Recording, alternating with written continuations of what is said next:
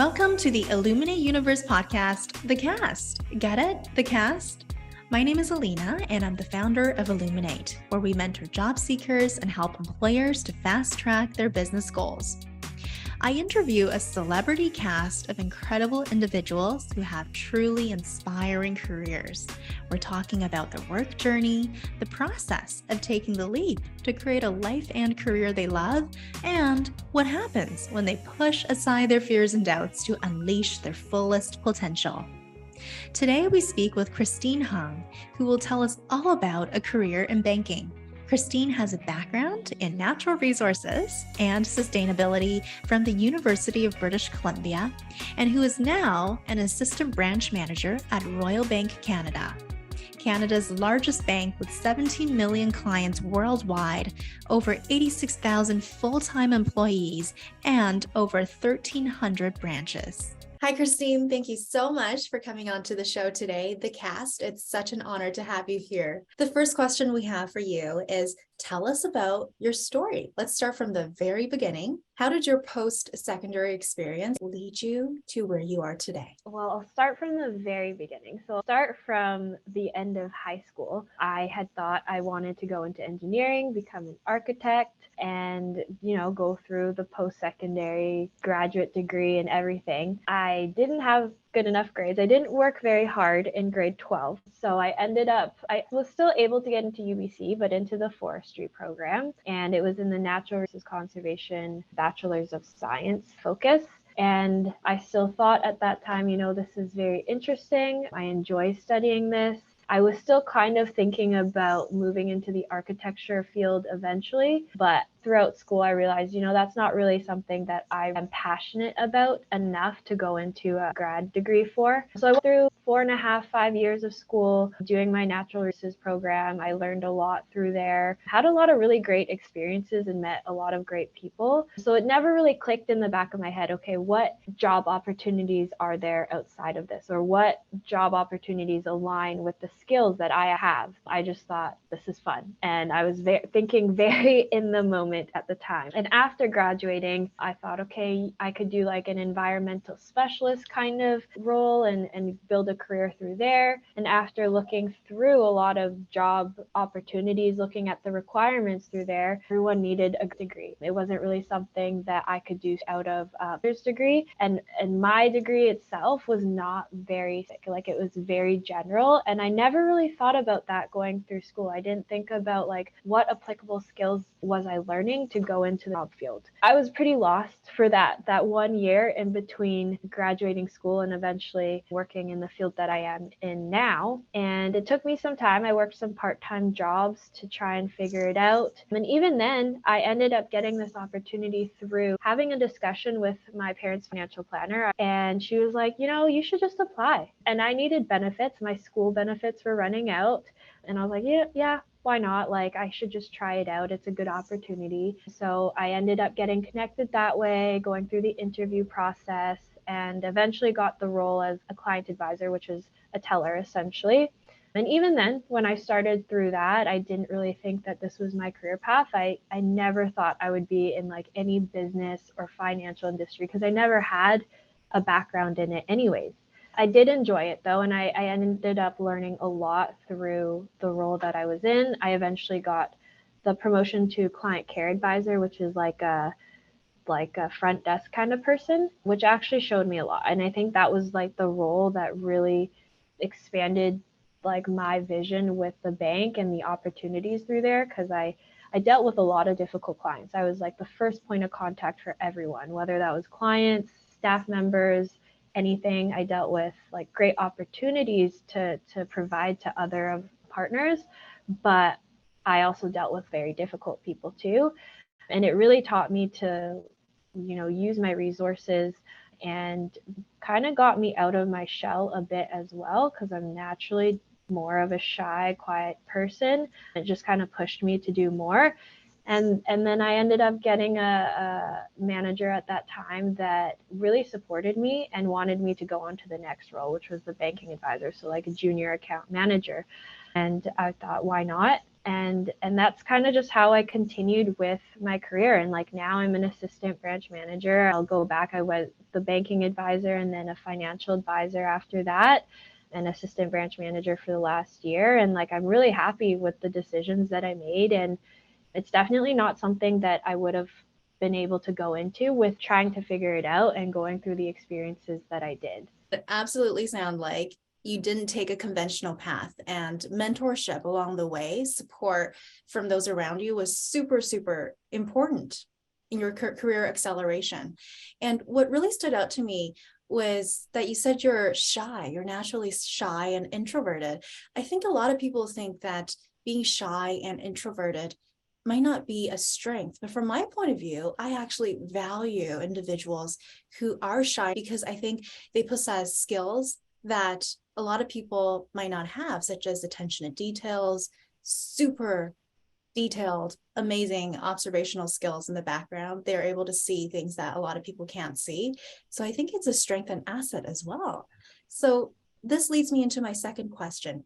As we all know, the job market is constantly changing and evolving. In fact, in today's job market, some of the most in-demand jobs did not even exist 5 or 10 years ago. What are the main traits and skills an individual should develop to succeed in this fast-changing labor market?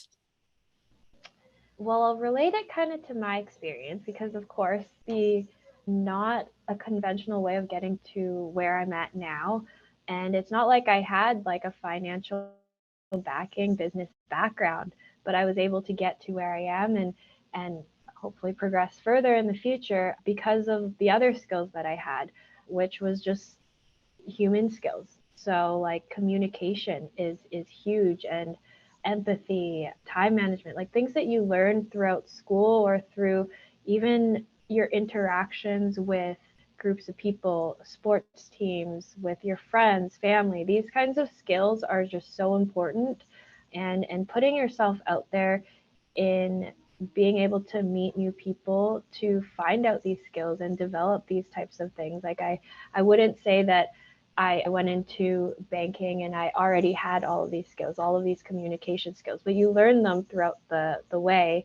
And those are the things that you need in every single industry. My example is banking, but like even if you're in the tech industry, communication is huge, and how you communicate to the team and how you deliver things on a timely basis too. Like all of that is not considered technical skills. They're all soft skills that you can learn and continue building.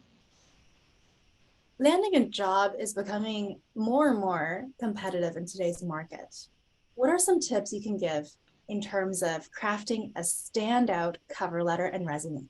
Do your homework for sure. Always research the company and the role, and use LinkedIn. Like look at the hiring managers that are on the job requisition. Check them out on LinkedIn and take a look at what their career paths are, how you can relate to them, and be more unique about your cover letter and resume. Like you want to obviously have the standard. You want to share your skills, what you've learned from each job, what you've done in each job, or school or volunteer work, whatever it is, but make it sound like you and make it more passionate. Don't I think it's so easy to take a template from online and kind of mash everything together, make it sound professional, but we want to see the personality. And beyond just the cover letter and resume, like I think LinkedIn is such a great platform for people now.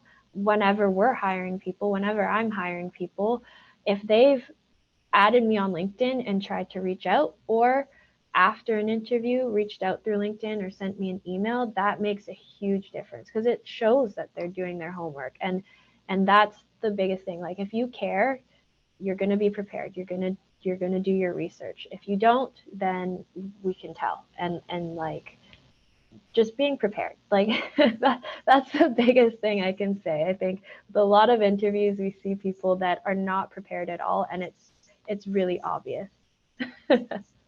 Have you ever had anyone just walk into your branch and say, "Hello, my name is, nice to meet you," and make an I introduction? There have been a couple times, and it's good to see people doing that. But in all honesty, they haven't worked out.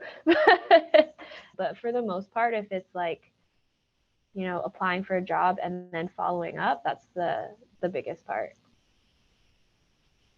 It's funny because I actually got my first job as a bank teller at TD. Unfortunately, I didn't take the offer because I had to move to Western Ontario for university. But how I got the job was because I walked into the branch and I introduced myself. And I think the moral of the story between that instance and also your story about people reaching out on LinkedIn and leaving an impression afterwards is candidates should really put themselves in front of the manager and put a face to the name. And I think that adds such a bonus impression. That makes a huge difference for sure. And you can get a good sense of like the person's personality versus just a name on a piece of paper. And so this leads me to my next question. I love how flowing our conversation is. So how can an individual, especially one just starting out in their career, leverage LinkedIn and networking to build strong connections and a personal brand? That's why LinkedIn is so great, because there's so many people that you meet, even at conferences, at workshops, and you're never going to remember every single person's name. But if you remember to add them on LinkedIn, send them a message saying, hey, it was great connecting with you. I learned X. I would love to chat again at some point, or even just like sending a note saying it was great to meet you is huge, because it gives you that opportunity to stay connected and for that person to also remember you as well. And like that's, I think that's the hardest part with meeting people, is like you don't remember people.